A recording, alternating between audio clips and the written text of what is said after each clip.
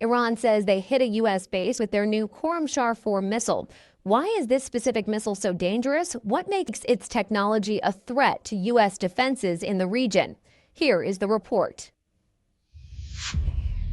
On the 9th of March, Iran claimed to have carried out a dedicated strike against the U.S. military base known as Camp Beering in Kuwait.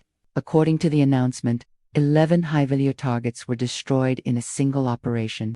This includes fuel tanks, the American helicopter ramp, the command building, logistics centers, and core base infrastructure.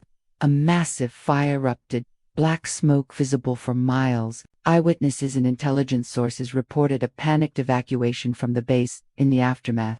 The operation combined cruise missiles and drones in a coordinated strike, and the IRGC confirmed it deployed the Khorramshahr-4 alongside them. Iran's Super Heavy ballistic missile carrying a 1,500 kilograms warhead at speeds exceeding Mach 14, and the timing was not random.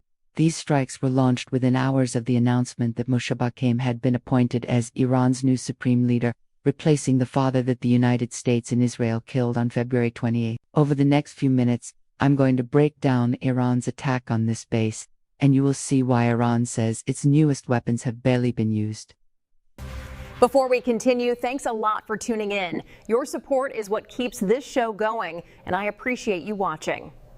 Now, here is what we know. Camp Beering is a U.S. military logistics base in northwestern Kuwait. It has been running since 2003. It supports helicopter operations, fuel storage, equipment maintenance, and supply lines for American forces across the Gulf for over 20 years. No country had ever launched a direct military strike against a base like this inside Kuwait. That changed on March 1st when an Iranian drone hit Camp Beering for the first time. Then the IRGC came back on March 9th with a full combined arms assault. The operations specifically targeted the helicopter assembly and repair centers, the aircraft fuel storage, and the base command structure. The drones went in first. The cruise missiles followed. The ballistic missile units struck the helicopter maintenance facilities, the fuel depots, and the command building with precision, resulting in what the IRGC described as significant destruction.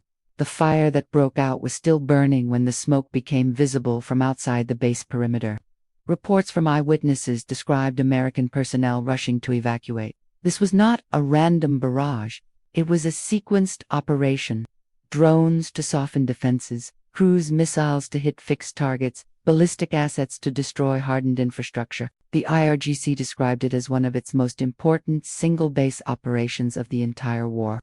And Camp Beering sits in one of the most remote stretches of the Kuwaiti desert. This base was never built to survive what just hit it.